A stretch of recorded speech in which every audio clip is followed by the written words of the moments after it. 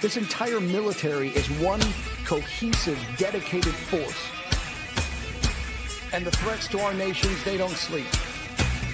They're watching our every move. Iran, Russia, China, North Korea, ISIS, Al-Qaeda. They may be watching this right now.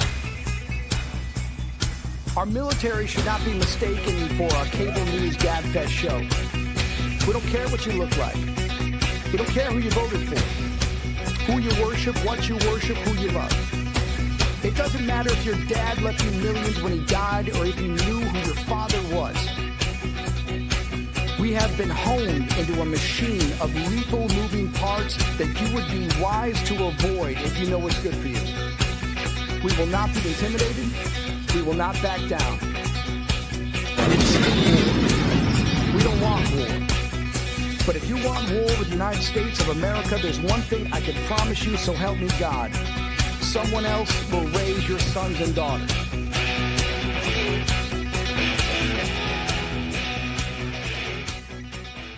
Opinions expressed in this program are those of the speakers and do not necessarily reflect the views or positions of any entities they represent. Find us on the web at mbradio.us. Welcome to the From Pain to Purpose radio show. I'm your host, Eva Fulton. In this show, we explore the incredible journeys of resilience, healing, and transformation. In each episode, we will sit down with individuals who have faced unimaginable struggles and turned their pain into power, heartbreak into hope, and their challenges into meaningful change and finding new purpose in life. Through candid conversations and inspiring stories, we will uncover how pain, whether emotional, physical, mental, or spiritual, can be the catalyst for profound growth and a deeper sense of purpose. So if you are looking for motivation, insight, and real stories of triumph over adversity, you're in the right place. Let's get started on this journey from pain to purpose. Let's give veterans a voice through military broadcast talk. Hey, everybody. Welcome to the From Pain to Purpose radio show. I'm your host, Eva Fulton, and I'm going to breathe. We're here. We made it. Got through Christmas. It was kind of a doozy for me. Traveled from DC back here to Texas, so I'm in home. And I've had... the challenges are here, folks. The challenges are here. So sometimes, when you're not at your normal place, I'm not at home, you get to come back and go in homeowner fix-it mode. So I've had a doozy. I'm glad I didn't spend much on Christmas this year because I just bought the family about one water heater. One is going to be covered by warranty. And the labor for both, it's okay. Labor for both. So that's what our Merry Christmas is basically managing challenges.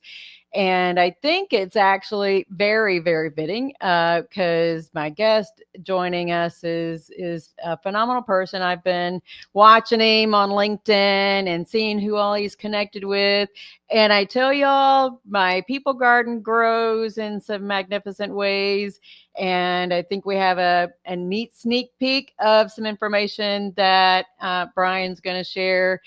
Originally, ironically, he was supposed to be on the show a month and a half, I think, ago, and it didn't work out. But you know what? Maybe this is God's plan working out that he's with us today. And let's see, Brian he has been the national director of Project Rebirth, military veteran peer specialist, visionary, pragmatic. Go find him on LinkedIn, connect with him on LinkedIn, because that's how I found him.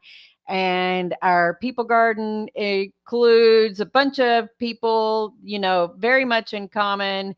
I have not entered very much on the official peer network side of things, but I know Texas has a great peer network.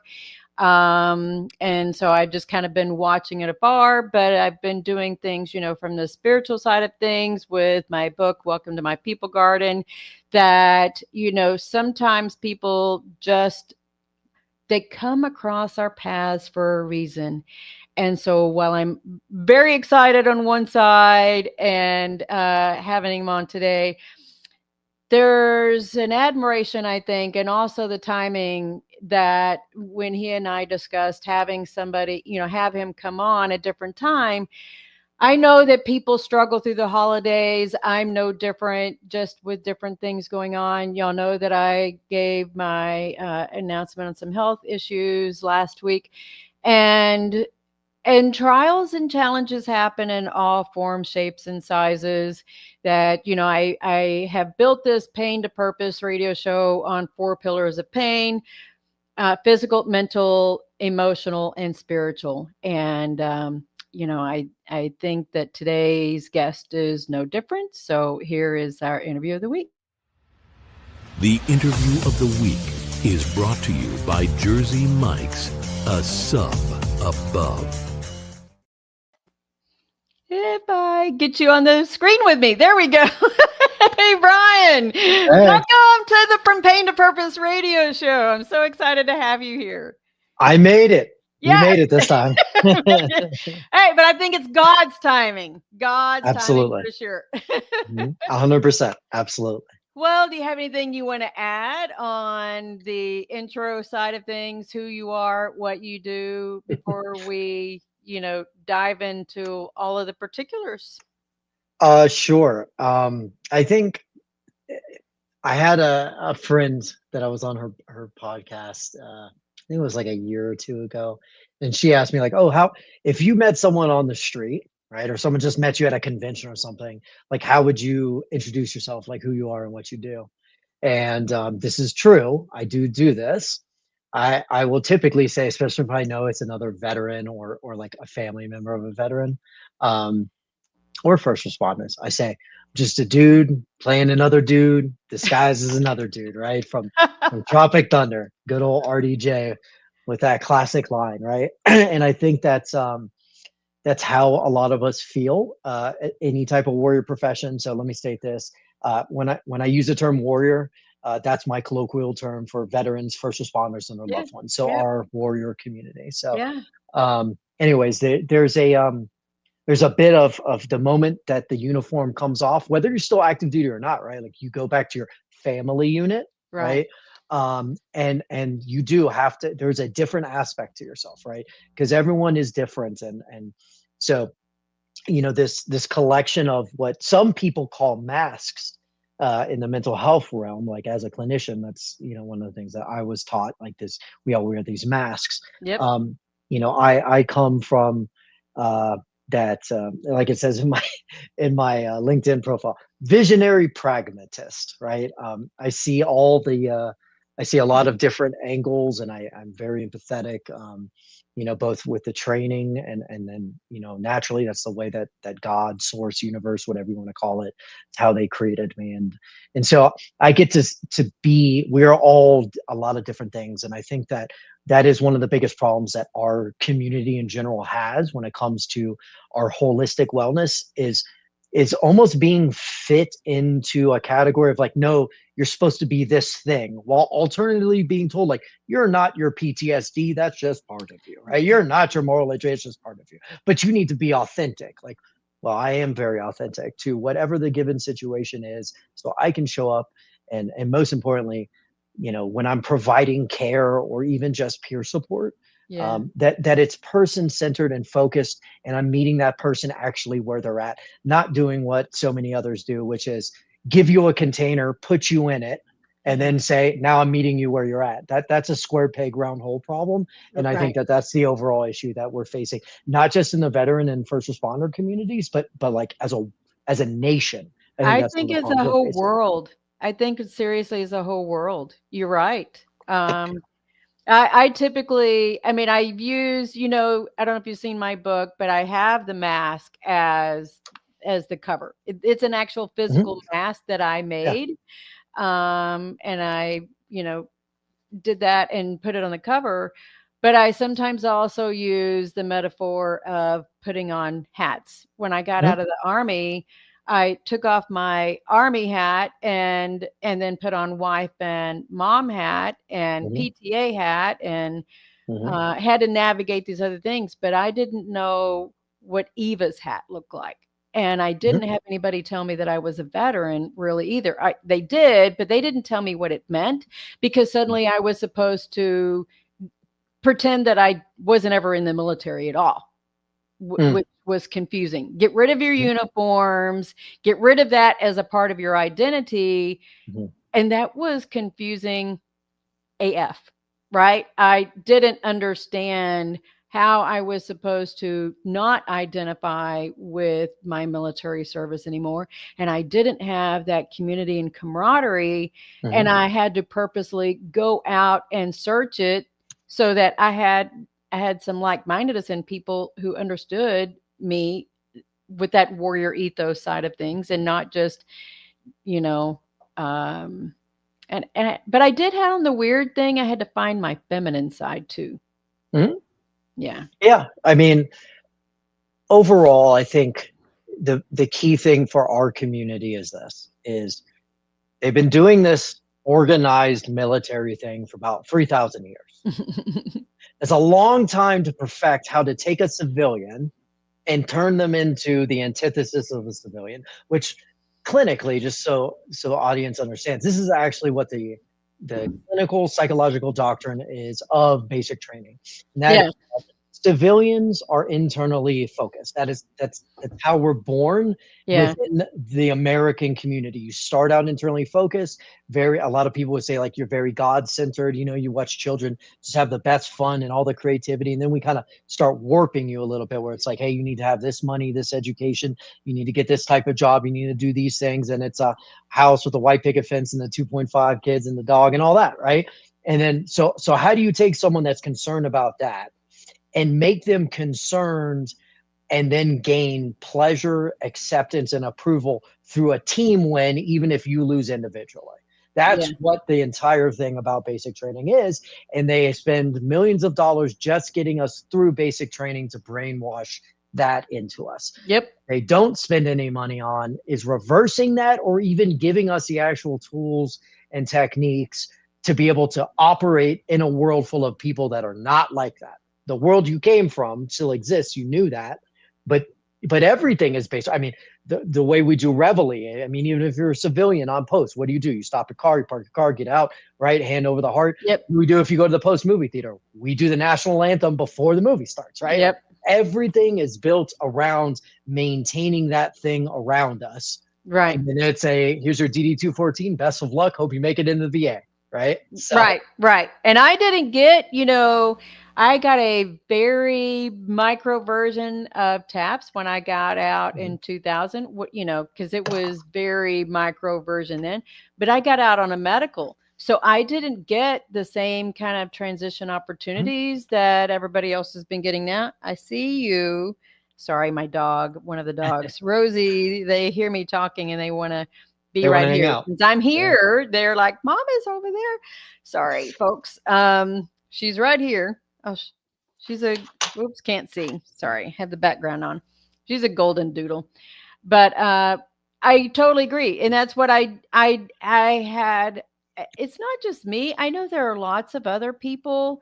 I'm working on my PhD and doing a bunch of research on the female side, that it's the women who are my age and up that are struggling the most, because they're having some life changes between work, the support with family. They probably have been single mothers for a variety of reasons. Family members are passing away, and their health issues are starting to culminate. And how do they manage all of this stuff? And so most of these ladies are having issues, not just with maintaining employment, but they're, have the health issues that leads to termination of that employment. Homelessness is a big thing. And the resources aren't built, but we're fixing to come into the crux of the most women veterans out there. And nobody ever asked us, what do you need? Hmm. from the public administration side. So not just the mental health or physical health, but from the public administration side. So that's what my PhD is, what are the unfulfilled needs of female combat veterans? And Hmm. I would think that for your work that you're probably coming across some of that same stuff from that public administration side of things. Absolutely. Having moved into the levels of, well, let's call it bureaucratically, right? Hmm. Having to work at those levels, and being a systems guy naturally. I mean, I'm an ops, like, systems type guy primarily. We'll go into like my military and homeland security background and all that stuff in a little bit. But my friends that are female veterans, what concerns me the most is, number one, high prevalence of disordered eating and eating disorders, and Yep. the military sexual trauma side, of which I, as a male veteran, experienced in the Army. Mm. And I didn't even start talking about that till just a couple years ago. I didn't realize, like, I compartmentalized it, right? And I was Sure. like, and not that I need to go into the story, but basically it happened, and then we beat the shit out of that guy. Yeah. Right. And I was like, yep, I'm good. Right. And I never processed it. I did what I was selected to do, which is compartmentalize at a high level. And then the Army provided all the rest of the distractions so I could leave it compartmentalized. Right. Well, it handed me that form and was like, best of luck to you.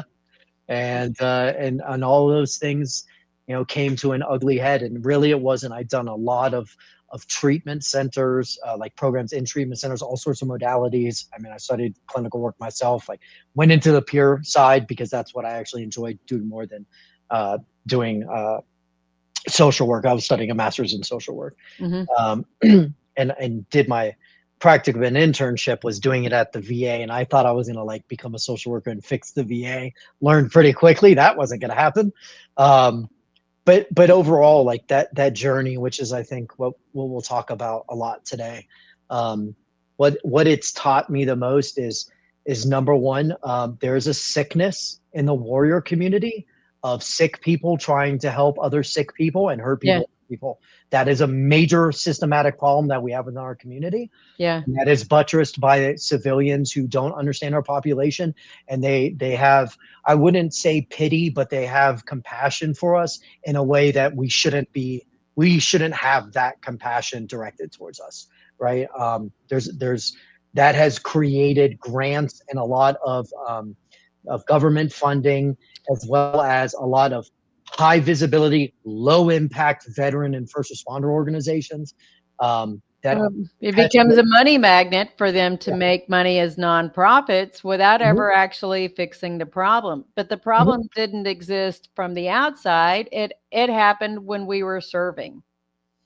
Correct. And I think that the other side to that coin, the systematic part. So if we're looking at the macro, the micro on the other side of the coin is we had some advancements just this year. I mean, really, it was just a couple months ago when it comes to the DSM and clinically being able to officially at least recognize moral injury within a diagnosis. It's still, Right. You still got to do a PTSD primary diagnosis, and then you get what's called a Z code, which is just basically an annotation into a clinical record and clinical case note saying that this person has moral injury.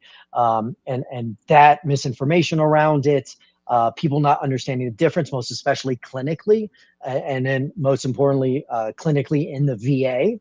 Mm-hmm. That has given a lot of people PTSD diagnoses, as well as the incorrect modalities and how to heal the moral injury and the soul wound that for many of us, like what we were talking about prior to the show coming online, that the soul injury that happens, that processing therapy is not going to work. Like EMDR will not help you with this thing.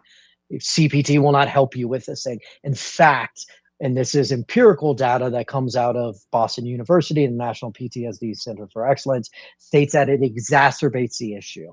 That doesn't surprise me. Honestly, it doesn't surprise me. And I was one of those people that got to hear the talking when those researchers from, let's see, it's the, Texas Christian University, TCU, the Mhm. researchers that came out, they were coming to the organizations here in North Texas Mhm. talking about the moral injury and pushing to get that approved. So that was huge Yeah. that happened this year. Mhm. You know, Daryl and I host the Monday show, The Revivalists, talking about that transition, using the Bible and reading it and talking about it and infusing some of the things that we've learned in the military to help folks transition the moral injury into moral healing and recovery. Mhm. Open Yeah. invitation for you to join on with this. So throwing that out there. Thank you. No, I appreciate that. And I know that I will accept that offer. Um, I do want to state that I'm not saying that PTSD doesn't exist, that complex trauma Oh doesn't no, for exist. sure. But here's a portion of where um, both Project Rebirth and the new thing I'm involved with, which we'll get into in a second, what we are pushing on, which is that this term trauma informed Mhm.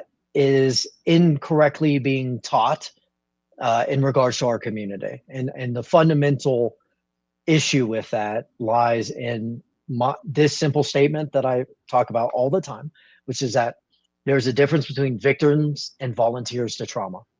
And the approach when you're dealing with people who are volunteers, so you may be a volunteer to trauma. It doesn't mean that we don't experience other trauma. We didn't have childhood trauma, because most of us do that enter these professions. That's Yeah. why we become saviors, right? Like, we are responders, right? Because we've been in fix-it modes as children for Yep. most of us. But the point being is, it may be the same coin, but it is two different sides of the coin, and you cannot approach doing trauma work with a veteran or a first responder, even in complex trauma, in the same manner in which you're globally teaching trauma informed recovery or trauma informed treatment, or even HR departments being trauma informed. Like, there's a reason why we're unto our own with our community, right? And that has also been a problem.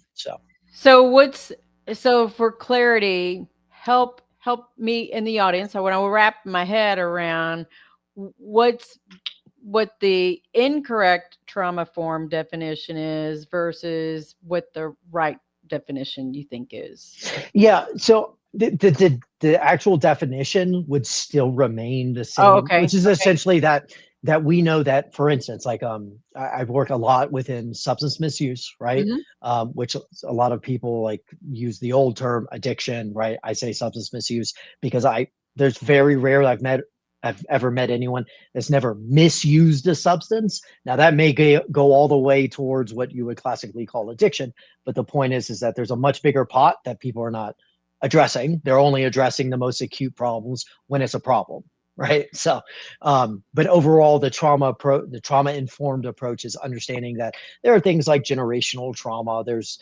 sociological traumas, there's the familial drama or traumas, and that we need to recognize that this is the core issue, and that all, like, just like with substance use disorder, right? It's really just a secondary condition.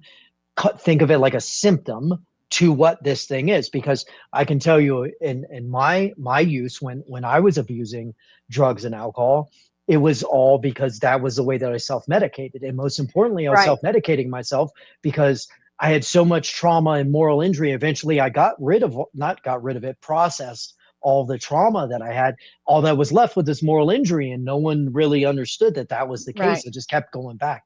But I, that overall, and the evolution of that thing, I think it's important to understand that the let's call it the tactical approach as a clinician or as a case manager, and most importantly as a multidisciplinary team, that it is from the approach of that this is a uniquely different lens and experience, right? My joke about it is, or I try to use humor to diffuse this thing, but sure. we all, like, I've never met a human being that's not experienced grief, right? Shame and pain. Right. I have met children and then have turned into adults that have never experienced joy and love.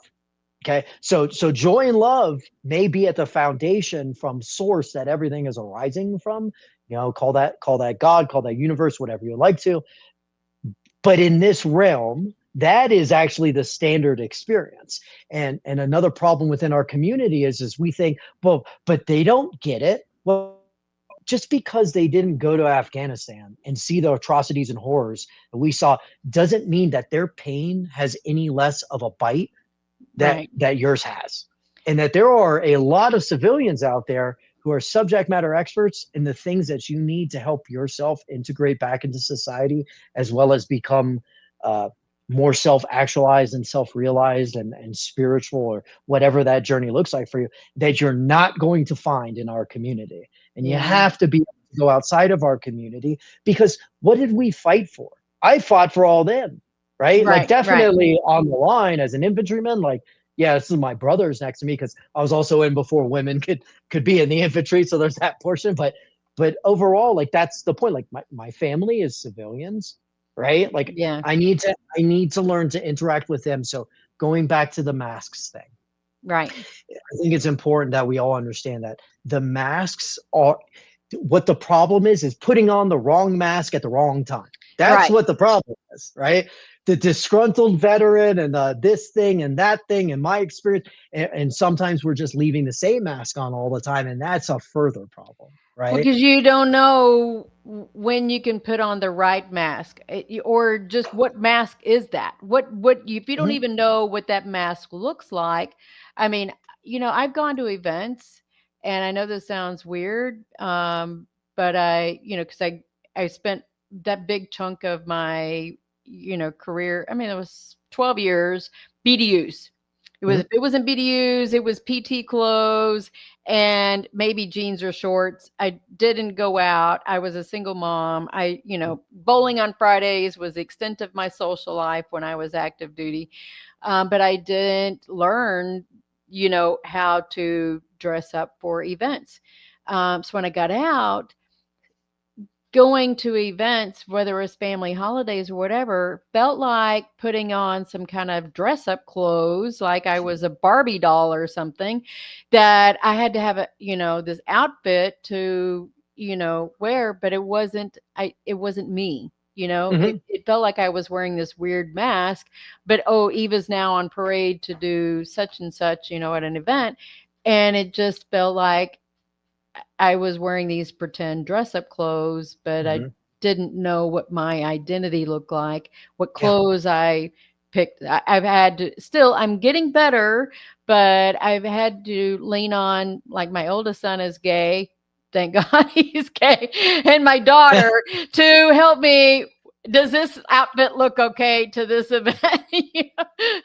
It's a struggle to, to revert back to the civilian side of things and figure out how do I, because that was challenging in and of itself, just not understanding how do I assimilate into the civilian side. Because otherwise, growing up, Mama bought clothes from Sears Outlet, and that was where the seam, went crooked in the front of your leg, because I grew up poor. It's, it just was not comfortable. So let's go. There is a question that popped in my head while you were talking a little bit ago, and the substance abuse stuff. And I think in some ways it's not just the liquor, but, the prescription side of things that happened both in the military and from the VA. And I'm not trying to point fingers at them, but the answer was always throwing a pill at it, whether it was Motrin, whether it was, any of these other, hydrocodone, whatever, that we were good soldiers and took it because that's what the label said, but then that created all these other health problems as well. Yeah, no, absolutely. I mean, I want to speak at least specifically right now, though I know it applies outwards, but about the post 9/11 generation. So, I mean, obviously since Vietnam, right, we've been an all volunteer army, right? So all of us at least thought we understood what we were signing up for post 9/11, right? For a lot of us, it was patriotism and revenge, right? Like, let's go get these guys, right? Right. And in the need, in the requirements to execute that mission, right? When you go up the chain to presidential and cabinet level positions, right? So we're talking Pentagon and VA and so on and so forth. The point was you only had a very limited pool of people to pull from, right? And especially in the special operations community, which, SOCOM, USASOC, so on and so forth, took the brunt of the global war on terror. I mean, the operational tempo, I know some Ranger buddies who they had 13, 14 deployments, right? In their career. Most of them never got to do that many, only because they got hurt.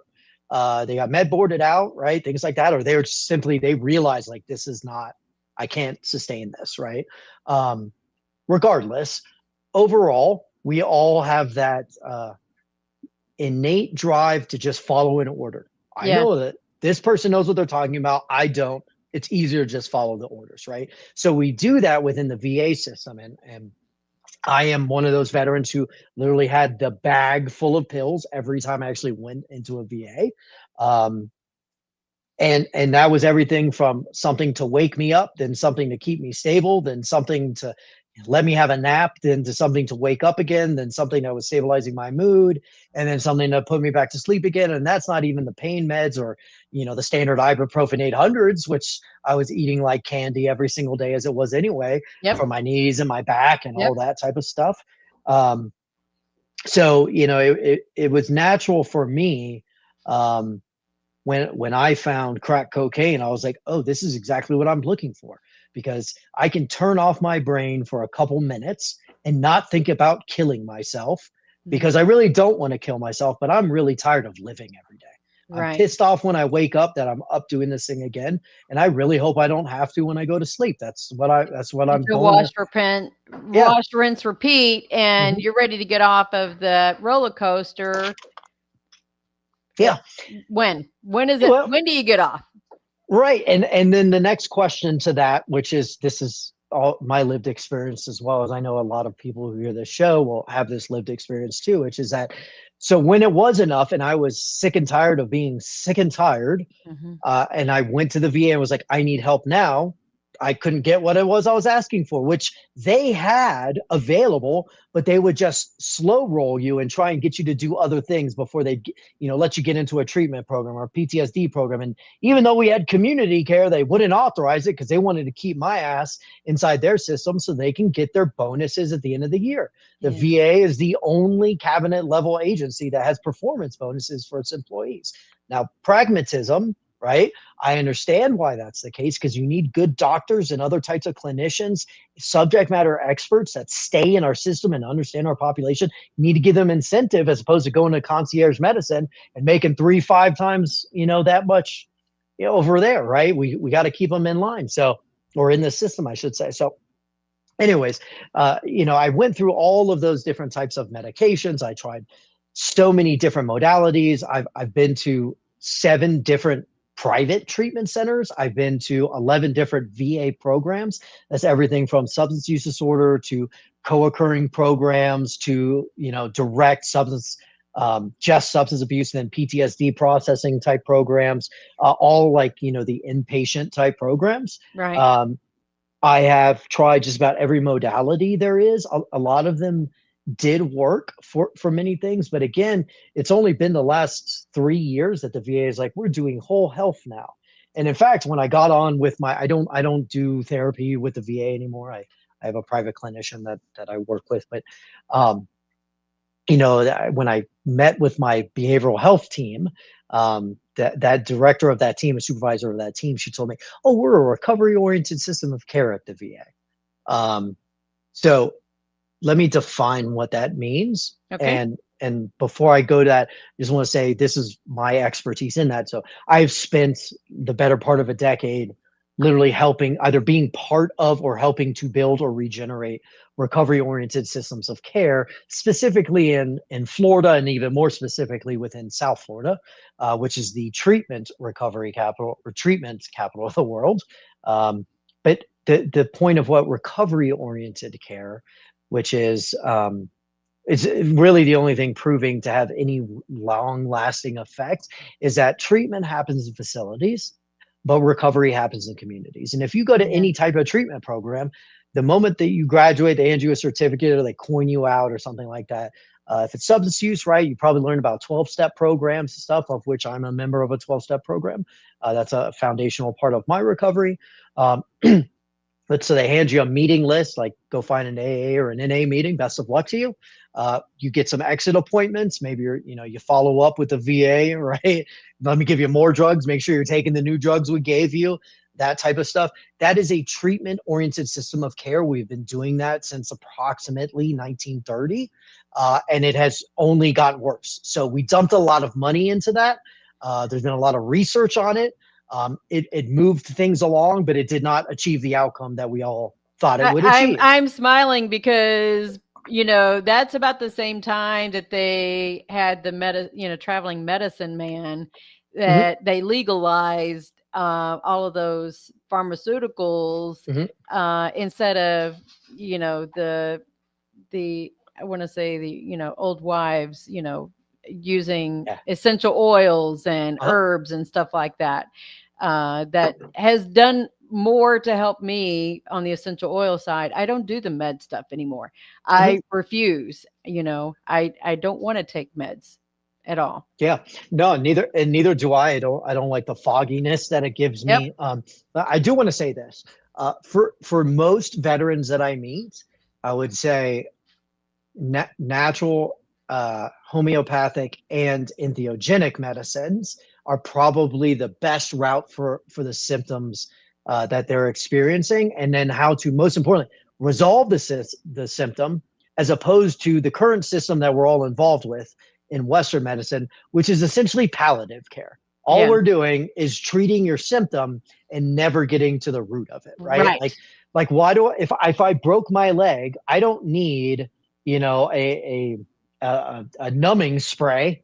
I need you to set this bone and put a cast on it, right? Like, fix the core problem. Exactly. Not, putting a cast on it, it'll stabilize it. But if you didn't set it right to begin with, then all you're doing is casting a still broken bone. Exactly. And so on my personal side with my recovery journey, again, I've spent years in doing the clean and sober thing, and doing 12-step work and sponsoring people. And this is on my personal recovery side of stuff. Yeah. And going to a lot of meetings, and I've spoken at conventions and so on and so forth.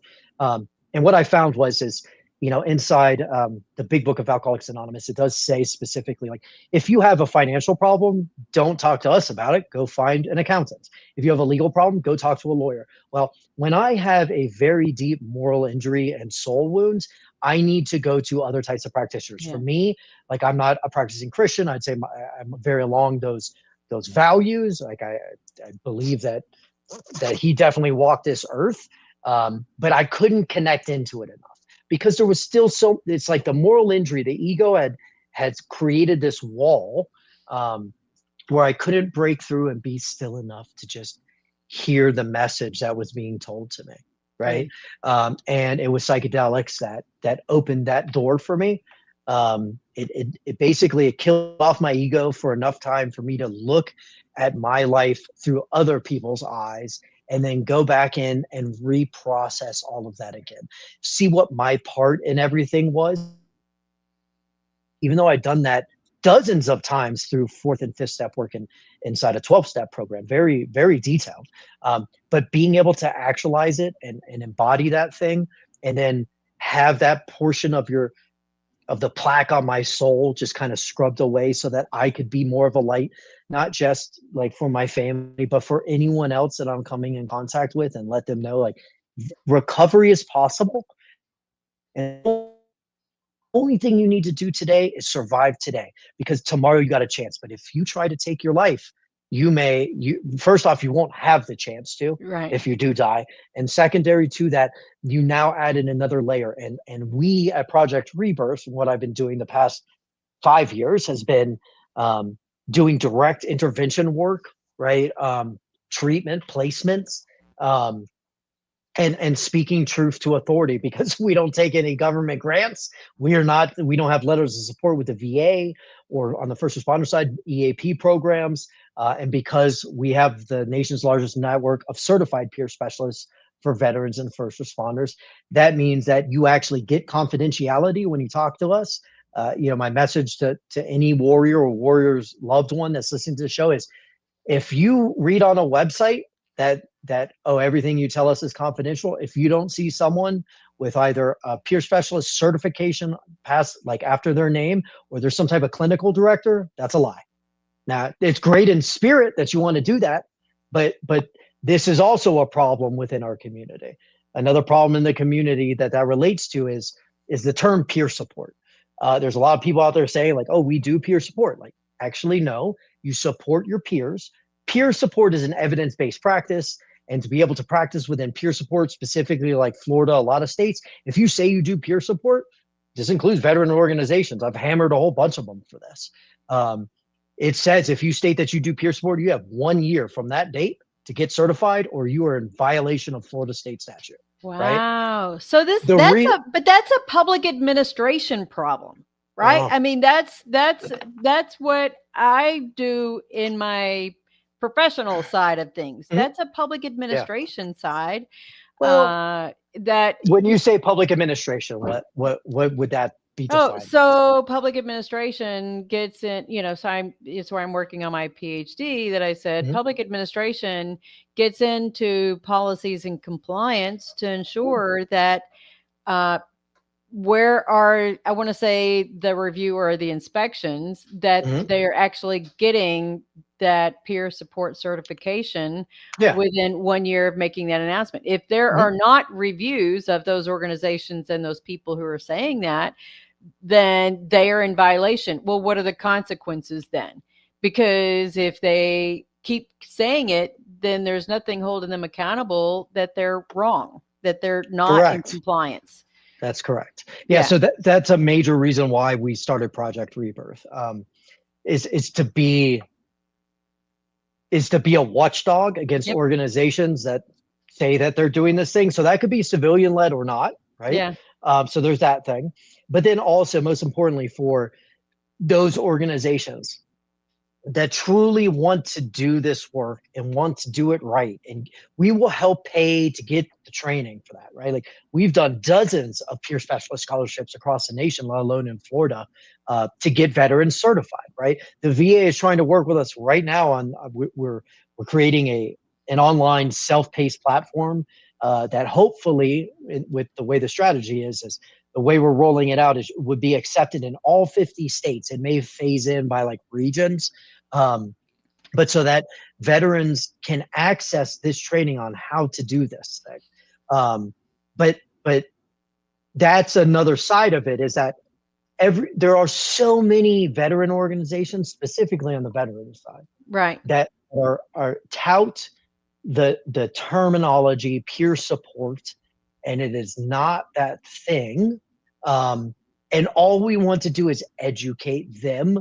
Here's how you can do this job, because this is where I might get a little spicy for everyone here. Just because you have a DD-214 does not uniquely qualify you to do this job or do peer support. I agree. Once in the military, came in, and when you didn't know how to do a job, didn't have an NCO and an officer above you that had experience in doing the thing and had been to trainings and then helped you to get to their level, right? That's always how the team works. But the moment you got your DD-214, especially the Global War on Terror generation, it's like, I'm going to create a nonprofit, a coffee company, and a t-shirt company, right? It's like, and they're all going to fund the nonprofit, right? And like, it's like, holy shit. This has gotten out of control, because social media and podcasts and social, like, everything is an asset or a liability depending on how you use it, right? And this is a liability to our community, because you can make your Instagram look fire. It looks, and I mean, that's all Instagram is, whether you're doing it personally or professionally, right? Like, it is just organizing and orchestrating a picture of something that's not actually true. So you're getting a lot of donor empathy on that side, while social justice issues are taking over veteran issues. in the philanthropic sectors. So we're getting less money into our sector, and we have muddied the waters. The soup has been watered down with all of these programs, which are really all doing the exact same thing, and sometimes in each other's backyards. And no one has enough hubris to just be like, hey, listen, you know what? Maybe I need to stand down and I need to merge in with this other organization. Yeah. So we can do a team fight, while every single one of those individual organizations is like, this is a team fight. We all work together. Like, But I don't think see that everybody, ever. I totally agree. I think there are so many people who want to be the chief of something that, you know, because it's all about gathering real estate. They're trying to gather their own real estate and say they lead something because I think it's fed by the ego, not how do we do it smarter and do it as a team and be more effective.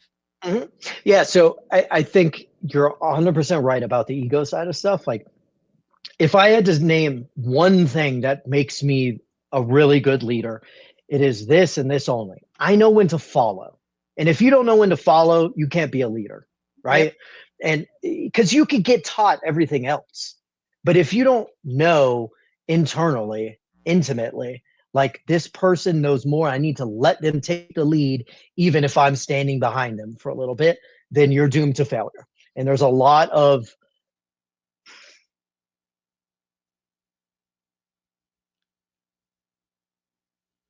the wounds that we have coming out of military, most importantly, like most specifically the military, and the loss of team, and then therefore the identity. Yeah. I totally empathize with being like, I went through this thing and I want to make this thing happen, right? So I want to clarify something real quick.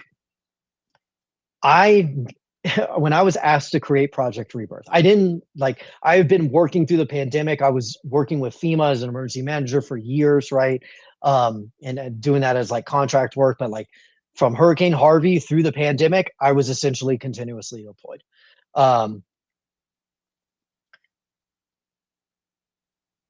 When I came out of that and came back to Miami, I went to one of my 12-step meetings and heard someone talking about an organization that I had actually, because I was a reservist, I was working for an organization, a recovery community organization called Fellowship Foundation, which runs one of our Project Rebirth programs. They're in Fort Lauderdale area in Florida. I heard that she was saying that she worked for this organization in Miami, which is where I'm born and raised. And that there was an RCO, a recovery community organization in Miami. And so I went to talk to her after. I said, hey, listen, I worked for the first one in Florida. Like, I was their director of veteran services. Like, can I help you guys in any way? I've got all this information. You know, if I can consult for you guys anyway, free of charge. Like, I'm just down here for a little bit, like visiting my family after the pandemic. Like, this is coming right out of the pandemic. Yeah. Hadn't seen my mother and my sister for years. So that was the intention. I go in there, I do a presentation, I show them all this stuff, handed them a thumb drive with everything on it, literally. I was like, best of luck to you. If you need anything, give me a call. And they're like, hold on, you want to make a program for us? And I said, no, that's not at all what I'm here to do. But I appreciate like the honor of that, the respect of that. But I went back and talked to my parents, my mentors, my sponsor, you know, my friends, right? And all of them were like, dude, you have, I used to work for Team Rubicon. I was a regional manager in the first like 5 years for them. So I was in charge of the entire Southeast, Region 4 for any gray shirts out there. I was a director of program operations. And so like I'd been embedded in this community, right? And so I'm taking all of that experience. Then I take it into professional emergency management and the RCOs and all this stuff. And they're like, you literally, your resume is built for this thing. Yeah. Why would you say no? And I was like, because I want to go back home to Orlando, and like, I'm burnt out. I was burnt out from all of that work. Floods, fires, hurricanes. On our blue sky days, I did active shooters and mass casualty incidents. You know how many school shootings I went to? Like, I was done. And the pandemic, you know, was the crowning jewel in that thing, right? So they all told me, you're going to regret not doing it rather than doing it. And that resonated with me. I felt I still do a lot of prayer and meditation, which, just so everyone understands my interpretation of that. So prayer is talking and meditation is listening, right? So I did a lot of that as well. And it just felt very aligned for me to say yes. And I came in there with this plan. I'm going to do like I do in emergency management, which is I show up on scene, right? I build something up to about 70% effectiveness while also looking for the next person to take over, because Right. someone else has to take over, and you hand it off, right? Change a No, command and succession they'll build on planning. that. You got to, yeah, you got to Yeah. build the success of the program, because you can't be the program. It's got No. to be able to function on its own. Right. Well, that didn't happen. Yeah. Instead, the executive director of that organization had to exit the organization very quickly. I was the only person qualified, as well as licensed and certified, and clinically and peer support and all that type of stuff, right? That could lead the organization. I told them, all right, I'll do it for 6 months, which is basically what happened.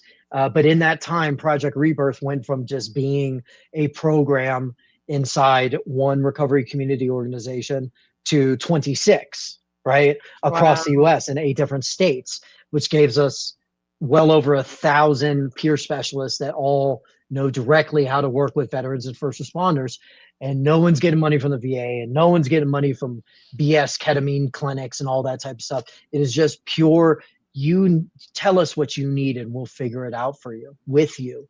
Okay. Right? Like, not this is 90 days of a program and you need to do these things or you're out of the program, because the funding that all of these programs do get is unrestricted, unlimited funding. So you can treat someone for years if you wanted to. So it's not, right? it's not coded with restrictions on everything. No. Does somebody go to the program if they are not actively drinking or misusing drugs? Oh, They yeah. could reach out and help facilitate, navigate Mhm. what's going to fit them as a whole person versus this book in lane that this is the protocol and you got to follow just this protocol and not Yeah. be able to Yeah. tailor it to the individual, I guess is what I'm getting at. Right. And so that terminology, like within the industry, is called person-centered care. Yep. Which supposedly that's what you get at the VA, but we all know that's not the case, right? Yeah, Because yeah. you're going to get the care that they think that you need. Your voice really means nothing in it. And if you raise your voice at all, you might get a flag on your profile for intermittent explosive disorder, and then everyone's looking at you weird, right? Yep. That's the way it works. Yeah. So in building all of this, right, and working with all these other amazing partner organizations and consulting for the government, being up on the Hill and being up there and saying it how it is to lawmakers, that the dream of mine, or I guess I should say vision, really, was that we need to create a treatment center that will actually treat the things that we're all suffering from, and do it in a way where you are part of your multidisciplinary team. It doesn't mean you don't have a clinician or you're supplanting the role of a peer specialist. No, all of those people are going to surround you. And most importantly, it'll be a buffet of options of where normally, like if you went to a treatment center or a VA program or something like that, you'd do 1 or 2 modalities, essentially, right? Yeah. You'd do like 1 or 2 things. Well, a lot of us have been through those things where we've been on retreats and we've tried CBT and DBT and EMDR and CPT and ACT and all these things, right? Well, what about stuff like looking at my nutrition, looking at my T levels as both man or woman, Yep. right? Doesn't matter, Yep. right? So let me see what my endocrine function looks like, Yep. right? How that is affecting me. Let me bring in my family in an appropriate manner so that they have an understanding and education around what's happening for me and with them, and then how we can then heal together. Yeah. Right? How about things like float tanks or ketamine assisted treatment that has backup clinical work, so psychotherapy attached to it, psychedelic medicines, but giving you options to say you can pick what looks good to you, and then whatever that flavor profile is, I'm going to help serve it to you. Or maybe it's like, here's the first tier, and then, all right, if that didn't work, then here's the next tier. And that way it's not overwhelming. It's like going to the grocery store and thinking, I'm okay with looking at, 50 brands of cereal, not 2,000 brands of cereal. Yeah. Too many options on the table become too confusing. Well, it becomes that way, just to use your analogy, when you go alone to the store. Yeah. Because that's why it feels overwhelming. But if you have someone standing next to you, right? Right. And you're like, I want cereal. Like, well, do you want something sweet? Do you want bran? Right. You want Rice Krispies? No, I want something sweet. Okay. Do you like marshmallows in it? Now we're down to Boo Berry and Lucky Charms, right? Yeah. But the point is, so you need a battle buddy Yeah. who knows how to do that, do it in a trauma-informed manner with respect that you can build rapport with. Yep. That is what the role of a peer specialist is. A peer specialist at the end of the day is a case manager with lived experience who also got trained on how to coach, right?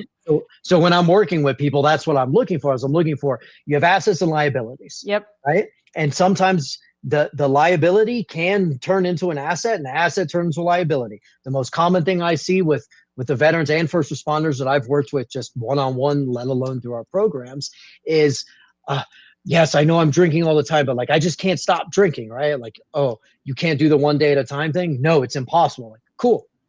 Put them in a new state and ask them, so tell me about your last deployment. How'd you get through that? One day at a time. Right. How'd you get through that day? One mission and one task at a time. So you're uniquely qualified, trained, and experienced and doing 1 day at a time. But until your battle buddy can show you that side of stuff, which you don't get through therapy, that's not really what therapy does, right? It's more internal exploration than the coaching side of stuff. And if you don't have that, then you're doomed to just doing the same thing over and over again, expecting a different Right. result. You got to reframe it and look at it from a different angle. Before we've got a short, but because I know our closer video is 2 minutes. So we do have a comment. I just wanted to post that out there, Deborah. Sure. We saw. So if you can send me your, how do you want people to reach out to you? Yeah. So my direct email address right now is Brian, BRIAN at rebirthusa.org. But I'll do the formal announcement right here that I said I was going to do. Yep. So everyone can kind of see I've got a different logo up here. So it's called the Hero's Journey Center. So I am resigning as National Director of Project Rebirth because I have accepted the role of Chief Executive Officer of the Hero's Journey out here in Colorado, which will be doing all the things that I just described. So you guys are the first to hear it. Yeah, I appreciate it. Thank you so much. Well, that's why I said, folks, that, sometimes delays happen unbeknownst to us, that it was God's timing for Brian to join us. So this was a total news flash to me before we joined on. I was so excited to hear this. Well, it's 2026 is a year of renewal for everyone, right? So if you want a year of rebirth, contact us and we'll help you find that. Well, Deborah wants you to reach out. So there's the email. I make sure that you get that. I'm so excited that you came on the show, Brian. This was a long thing in the works and you have a neat story. I probably know at least a good handful of people that need to reach out to you. Because I know that a lot of those modalities that you listed, they've gone through and they're still struggling.